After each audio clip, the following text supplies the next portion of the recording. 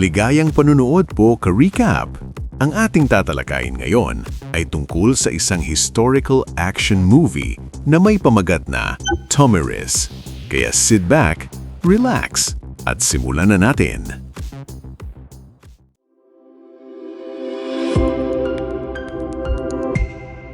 Sa edad na 5, marunong na siyang bumaril ng palaso at tumama sa pinakagitna ng target. Pagsapit ng 6, natutunan na rin niyang humawak ng mahabang espada at makipag-sparring sa kanyang mabagsik na ama. Bata pa man, taglay na niya ang talas ng isip at tiyaga na hindi karaniwan. Nang hindi niya matalo ang ama sa labagan, nagkunwari siyang nasaksak. Naniwala ang ama sa kanyang pakulo at dali-daling lumapit para tignan ang kanyang sugat. Sa isang iglap, sinamantalan niya ang pagkakataon at gumanti ng mabilis na atake, isang hagupit ng espada. Napangiti ng malawak ang kanyang ama, batid niyang may anak siyang matalino at madiskarte. Umahon siya sa bakalang trono ng kanyang ama at ipinahayag na tulad nito, siya rin ay magiging pinuno ng alyansang tribo. Bilang hari ng mga Masagitay, buong suporta ang ibinigay ng kanyang ama at sinabi sa kanya, ang isang reyna ay dapat matapang, walang takot at marunong. Sumumpa siya, ipagtatanggol ko ang ating mga tao tulad ng ginagawa mo. Tugon ng kanyang ama, mas higit ka pa sa akin ang magiging kapalaran. Ngunit ang daan tungo sa pagiging isang matibay na lider ay walang puwang para sa labis na pagkakabigkis sa mga mahal sa buhay. Gabing yun, napanaginipan niya ang isang leon na nagliliyab sa apoy. Dahan-dahang lumalapit sa kanya, handang lamunin siya ng buo. Dahil namatay ang kanyang ina ng panganak nito, lumapit siya sa kanyang ama para sa kapanatagan. Yang yakap ng ama ay hindi sapat dahil wala na rin itong magawa para iligtas ang sarili. Biglang umulan ng mga malalamig na palaso mula sa pintuan. Nagkaisa ang mga tauhan ng kanyang ama para ipagkanulo ito.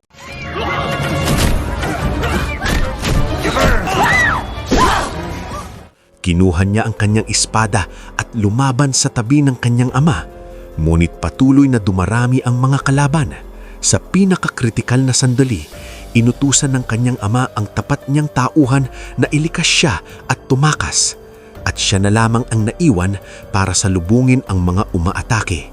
Minsang siyang naging hari ng kapatagan, isang pinuno kahit ang mga grupo ng lobo ay yumuyako.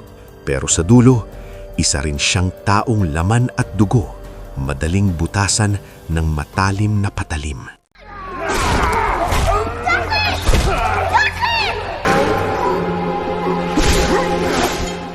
Ang unang aral na itinuro sa kanya ng kapatagan ay ito, huwag kailanman kakalimutan ang dugong ugnayang ito ng paghihiganti.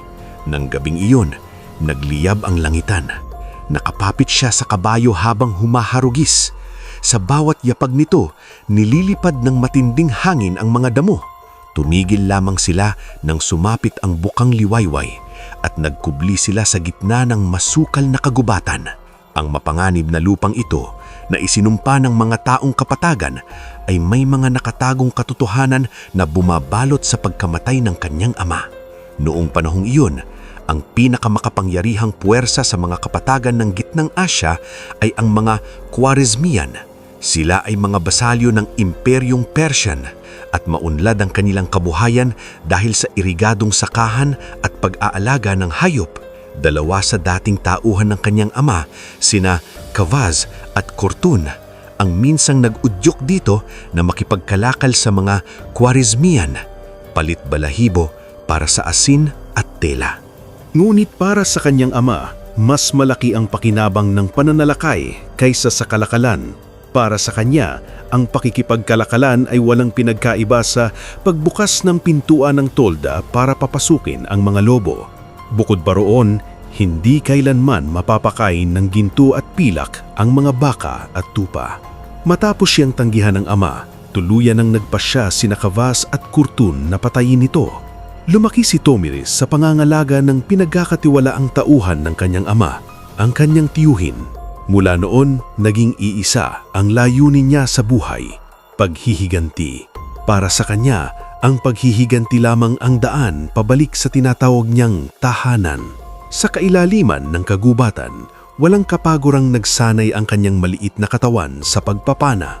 Nang mawala ang kanyang ama, kaya na niyang magpakawala ng palaso nang hindi na nito tinutulunan. Hanggang sa tuluyan niyang napino ang kanyang pagbaril at naging dalaga na siya.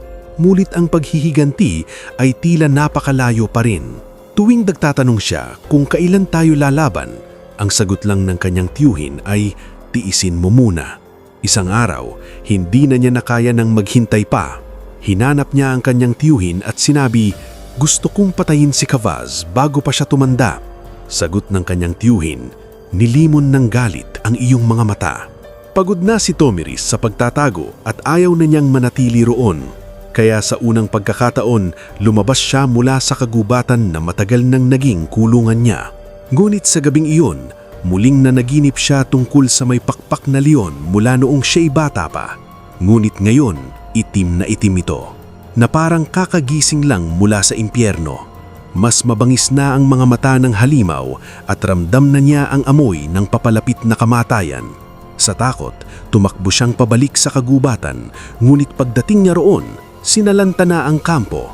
Ang lahat ng babaeng kamag-anak ay dinukot at pinatay ang kanyang tiyuhin at ang mga tauhan nito. Ang mga mamamatay tao ay matagal nang nakalayo. Ang kanyang tiyuhin na kumakapit na lamang sa huling hininga ay nasabi lang, "Patawad, patawad kung hindi ko kayo naprotektahan." At muli, ang puot ang tuluyang umangkin sa kanyang puso. Hinabol niya mag-isa ang umaatake. Determinado siyang tambangin ang grupong ito ng mga mababangis na halimaw sa daan. Hinarap niya ang isang pangkat ng matatapang na mga ngaso at kahit may busog at pana lamang, bunong tapang siyang lumaban.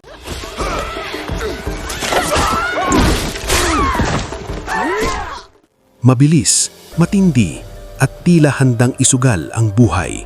Sa kapatagan, ang taong takot matalo ay hindi kailanman magwawagi at ang taong takot mamatay ay hindi magkakaroon ng magandang wakas. Muli at muli siyang napabagsak ng pinuno ng mga mangangaso, pero sa bawat agos ng dugong bumubukal sa kanyang katawan, lalo lamang nag-aalab ang kanyang bangis. Sa sandaling nasa bingit na siya ng kamatayan, napulot niya ang isang sira at putol na kahoy sa lupa at itinulos diretso sa noo ng mga ngaso. Sa sarili niyang lakas, nilipol niya ang buong pangkat ng mga lagalag at ipinaghiganti ang kanyang tiyuhin.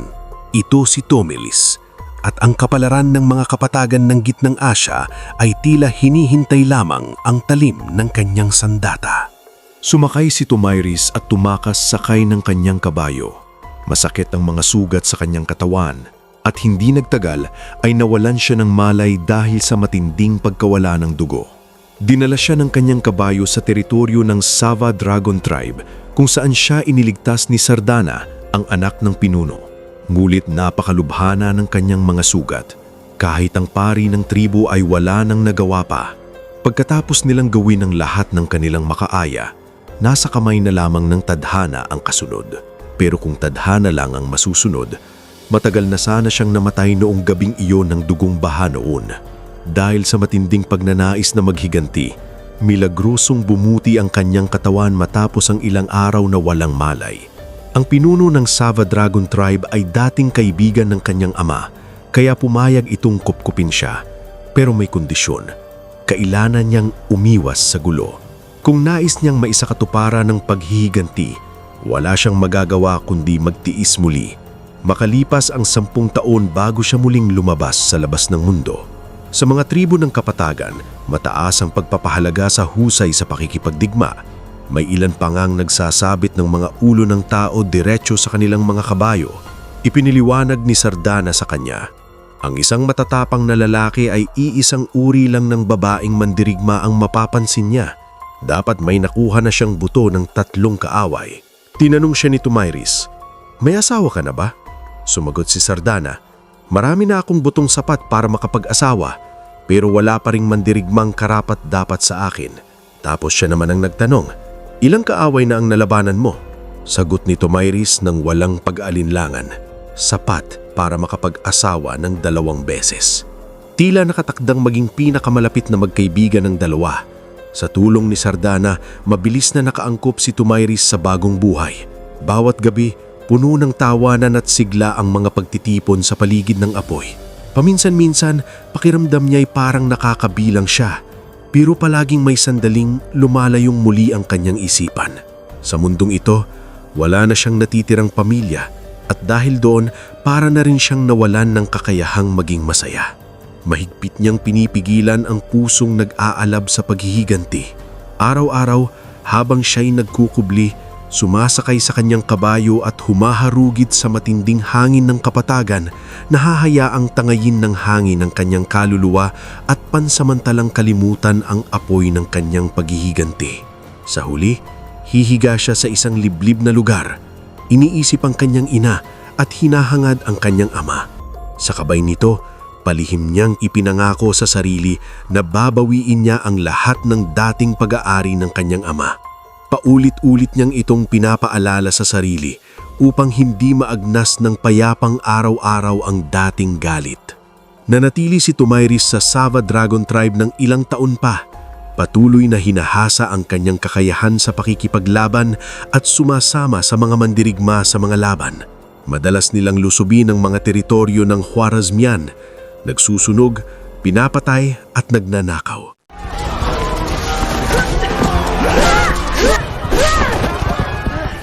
Doon lamang niya lubos na nakita kung gaano karaming bata ang nawalan ng lahat dahil sa digmaan.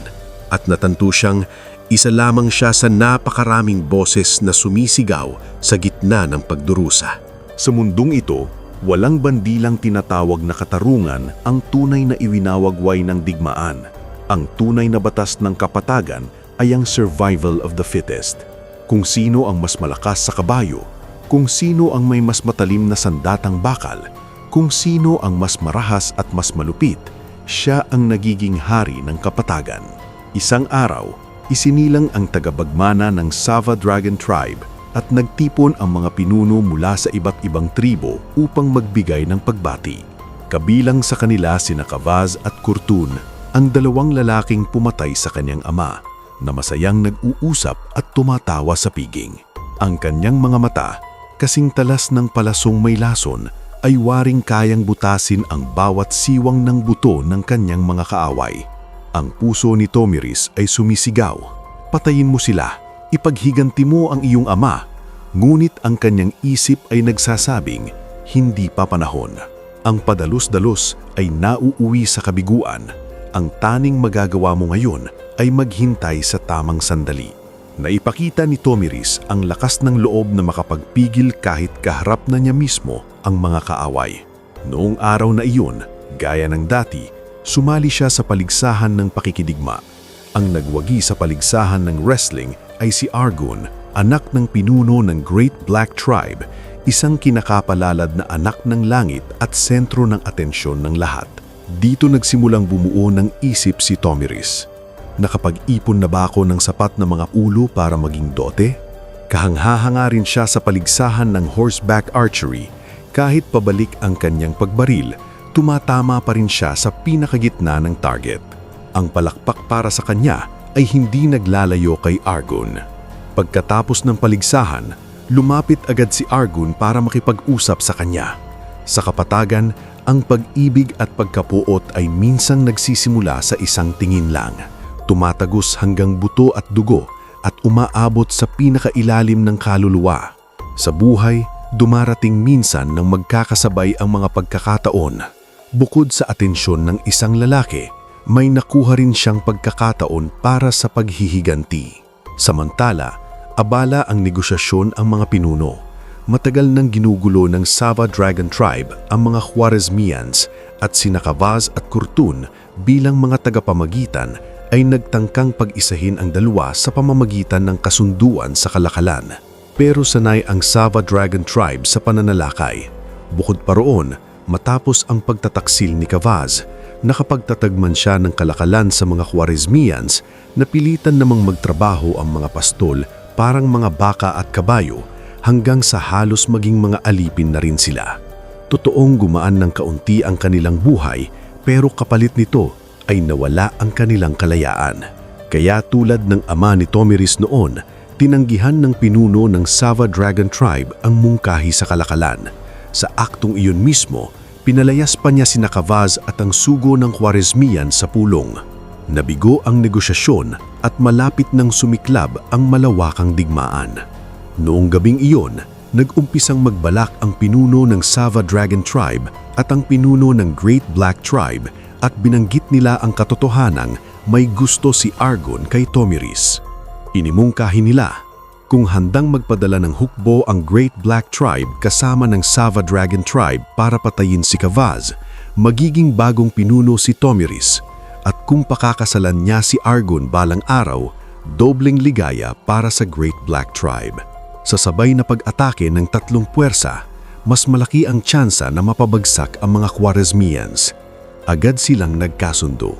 Sa gayon, pinangunahan ni Tomiris sa mga hukbo sa digmaan at siya ang naging punong commander ng dalawang tribo. Bago pa man makamit ang kanyang matinding paghihingganti, nanatili siyang matino ang pag-iisip. Alam niyang sina Cavaz at Kurtun ang kanyang mga target, hindi ang sariling mga kababayan niyang Masajetay. Kaya bago magbanggaan ng dalawang panig, humakbang siya sa harap at humiling ng isang labanang one-on-one laban sa dalawang pumatay sa kanyang ama. Sigaw niya, "Ayokong magdugo ang ating mga kapatid." Pagkasambit niyon, sumugod siya at napatay sina Cavaz at Kurtun.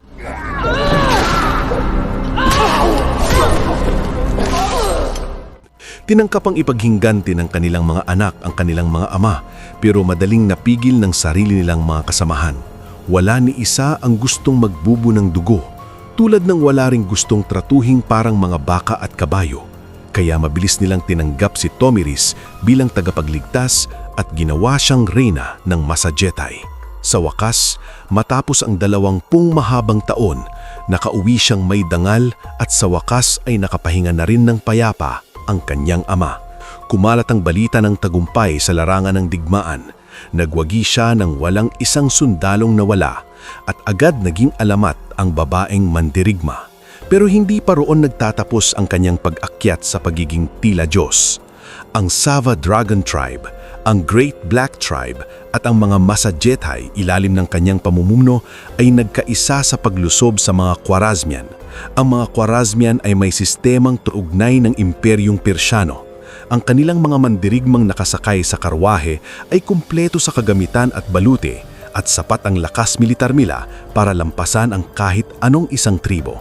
Sa kabilang banda, ang kanyang hukbo ay purong laman at dugo lamang. Ngunit hindi sumugod si Tomiris. Hindi basta-basta ang mga makabayo ng kapatagan. Sila'y dumarating at naglalaho na parang hangin.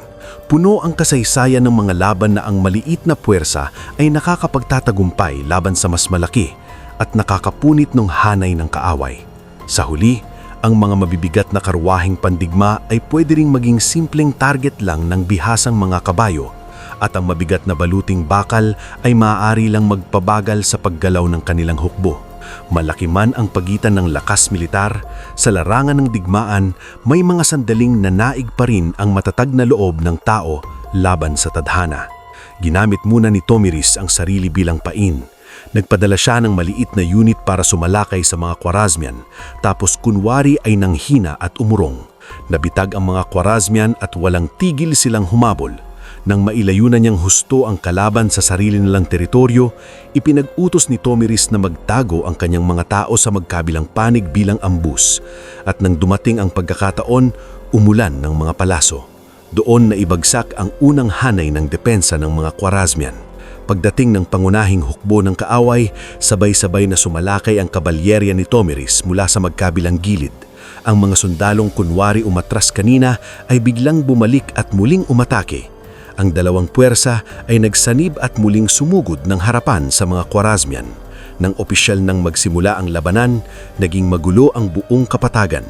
Lahat ay naglalaban na may mga matang puno ng galit at dugo.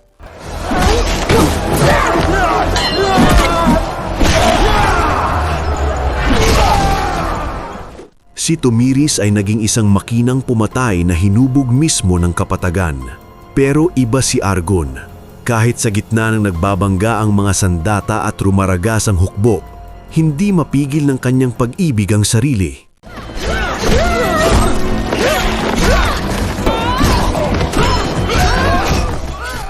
Sinamantala niya ang gulo upang makalapit kay Tomiris para lang makahabol ng ilang matatamis na salita sa gitna ng mga bangkay at dugo.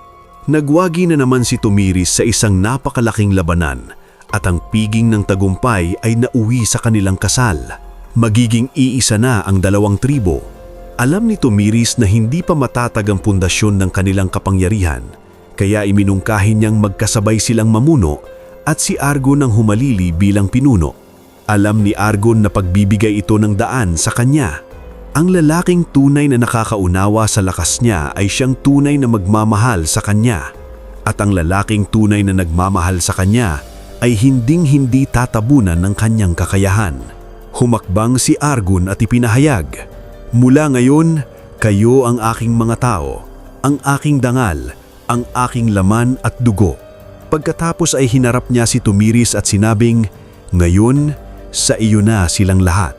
Mula noon, hindi na mapaghihiwalay ang dalawa at doon isinilang si Reyna Tomiris. Pagkatapos nilang magpakasal, ipinanganak niya ang anak nila ni Argon. Sa isang asawa tulad ni Argon, hindi na banggaan ang pagiging asawa at ina sa pagiging reyna.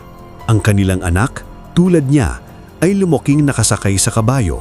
Pinalaki niya ito sa paraang pinalaki sa kanya ng kanyang ama at ipinasa sa bagong henerasyon ang lahat ng kanyang natutunan. Ngunit hindi nagtatagal ang mapayapang mga araw. Muli na namang nalugmok sa kaguluhan ng kapatagan. Una, dumagsa ang mga takas na humihingi ng kanlungan. Nang tanungin kung bakit, sinabi nilang nagsimula na ang kampanya ni Cyrus the Great, tagapagtatag ng Imperyong Persyano, upang pag-isahin ang gitnang silangan. Sa bawat yapak ng kanyang bakal na kabayo, mga bangkay lamang ang naiiwan. Determinado si Cyrus na maging hari ng mga hari, habang patuloy namang kumukupkop sina Tomiris at Argon sa mga tumatakas. Nadama ni Tomiris na hindi maiiwasan ang labanan kay Cyrus the Great. Sa gabing iyon, muli siyang napanaginipan na wala siyang magawa. Ang may pakpak na leon ay hindi pa pala talagang namamatay.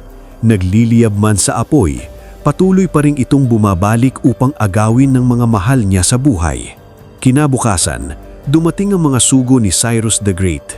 Nais nilang makipag-alyansa kina Argon at Tomiris at inimbitahan si Argon sa Babylon para sa masusing usapan. Pinalawanan ni Tomiris ang asawa niya. Nasakop na ni Cyrus ang Babylon. Wala siyang dahilan para bigyang pansin ang maliit nating tribo. Pero inakala ni Argon na ang paanyaya ay tanda ng paggalang. Pinakiusapan siya ni Tomiris na huwag magpadala sa matatamis na salita. Sumagot si Argon, "Kayo puro kasalukuyan lang ang iniisip, pero ako, iniisip ko ang landas na tatahakin natin." Kaya nagpasya siyang pumunta sa Babylon upang kausapin si Cyrus, kasama ang kanilang anak. Desidido ang kanyang asawa na tumuloy. May masamang kutob si Tomiris, pero dahil wala siyang patunay, hindi niya ito mapigilan. Bago sila umalis, ilang ulit niya itong binalaan na mag-ingat sa mga Persyano.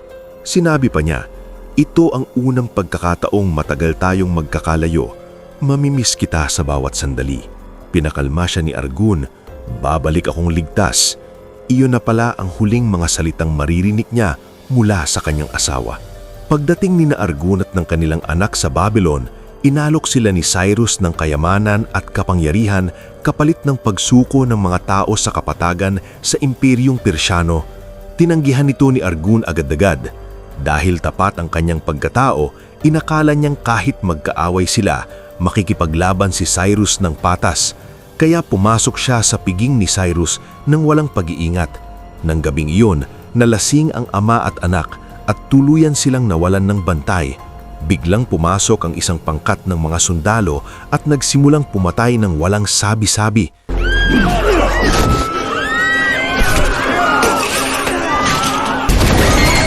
Nanghina ang mga tauhan ni Argon sa alak at pagkain. Sa loob lamang ng ilang sandali, nalipol silang lahat sa Babylon.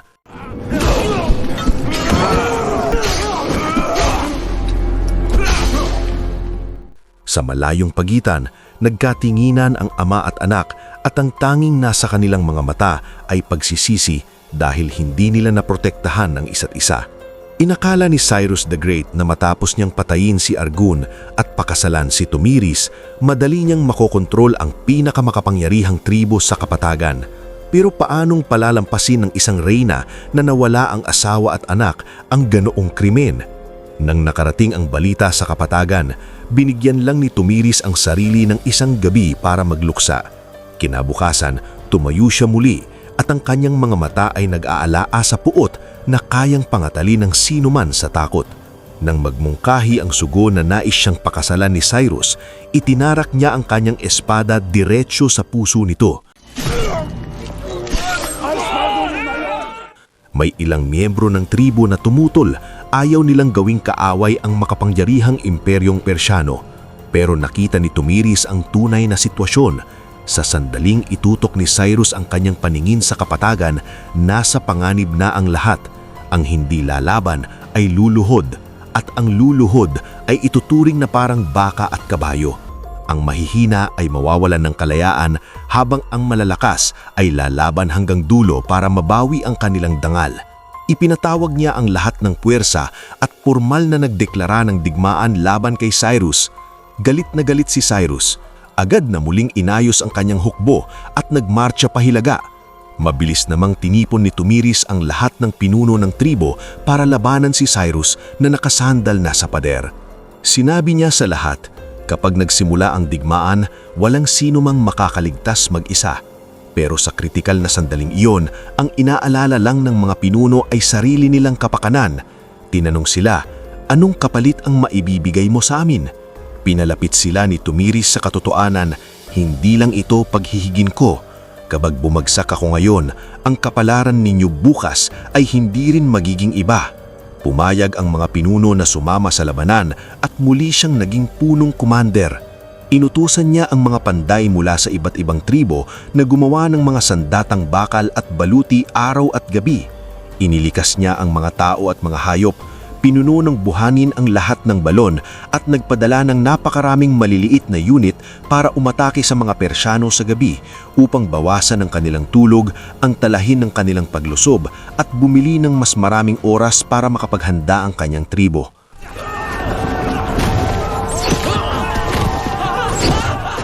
Gayunman, kalahati lang ng hukbo ni Cyrus ang kaya pa rin niyang mabuo. Ang kalaban niya ay mahigit 40 taon nang nakikipagdigma. Pinag-isa niya ang mga tribong Persyano sa murang edad. Ibinagsak ang Imperyong Mediano. Sinakop ang Lydia sa loob lamang ng wala pang 3 taon.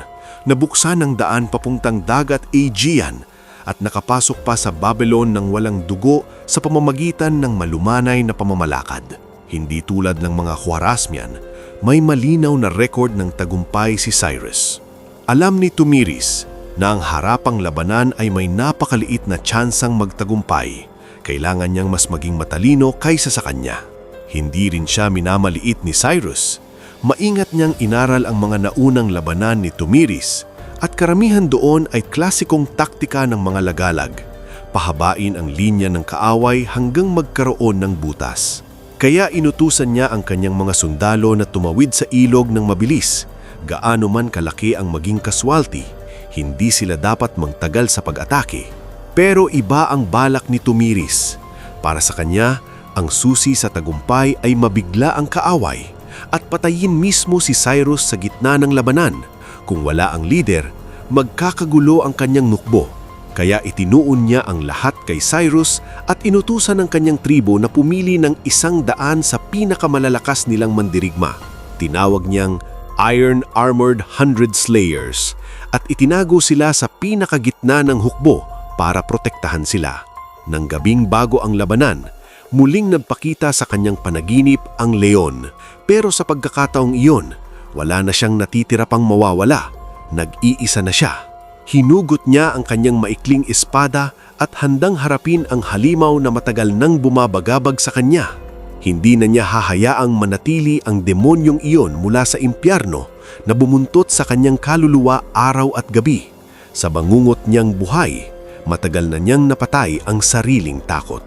Kinabukasan, Buon tapang siyang sumugod sa labanan. Nasa unahan pa rin gaya ng dati. Ano nga ba ang dapat ikatakot kung libu-libong sundalo ang sasalubong sa kanya? May pana at espada siya. Wala siyang dapat ikambahan. Sumalakay ang kanyang kabalyerya sa magkabilang pakpak ng hukbong Persyano. Sinusubukang hatiin muna ang linya ng kaaway at ilantad ang kanilang kahinaan. Pagkatapos, muli siyang gumamit ng panlinlang at kunwaring umatras. Ngunit hindi tulad ng inaasahan niya, hindi sila agad hinabol ng hukbong Persyano at hindi nabiyak ang kanilang hanay. Nakita ni Cyrus ang plano niya at naghintay lamang kung ano ang susunod na gagawin ni Tomiris. Ang kanyang kabalyerya na nakapwesto sa magkabilang gilid ay biglang humugis na parang alakdan at sinalakay ang mahahalagang bahagi ng kalaban. Sa isang iglap, nagkagulo ang hukbong Persyano.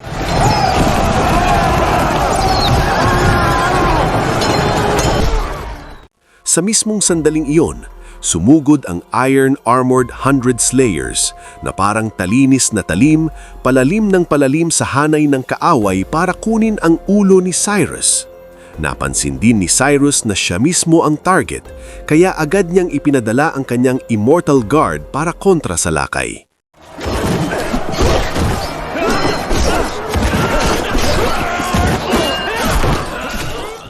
Pero ang iron-armored 100 slayers ay mga piling mandirigmang pinakamahusay sa pinakamahusay. Walang humintong sumulong, palapit ng palapit sa tolda ni Cyrus. Sa labanang ito, isinakripisyo ni Sardana ang pinakamamahal na kaibigan ni Tomiris, ang sarili niya.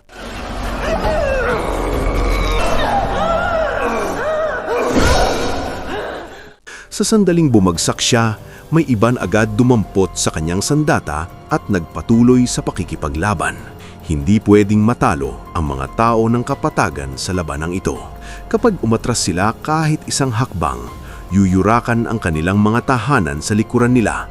Ang kanilang mga anak at apo ay magiging mga alipin at hindi na nila muling matatamasa ang kalayaang hatid ng malawak na daigdig. Sa puntong iyon, sinabi ng mga tauhan ni Cyrus na malakas ang pagsulong ng kalaban at iminungkahing umurong muna siya sa isang ligtas na lugar upang doon pamunuan ang labanan. Pero buong kumpiyansang sumagot si Cyrus, "Hindi ako tumatakas sa kalaban at hindi ako natatakot mamatay." Maraming dahilan kung bakit siya natalo. Maaaring dahil sa edad niyang mahigit 70 at siya pa rin mismo ang nanguna sa hukbo. Maaaring minamaliit niya si Tomiris at binaliwala ang mga taktika ng kapatagan.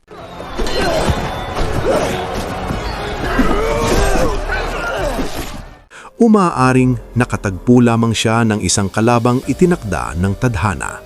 Ang pinunong ito na buong buhay na nakipagdigma, ang tunay na hari ng mga hari ng Babylon, ay natapos ang buhay sa napakabilis at trahidyang paraan.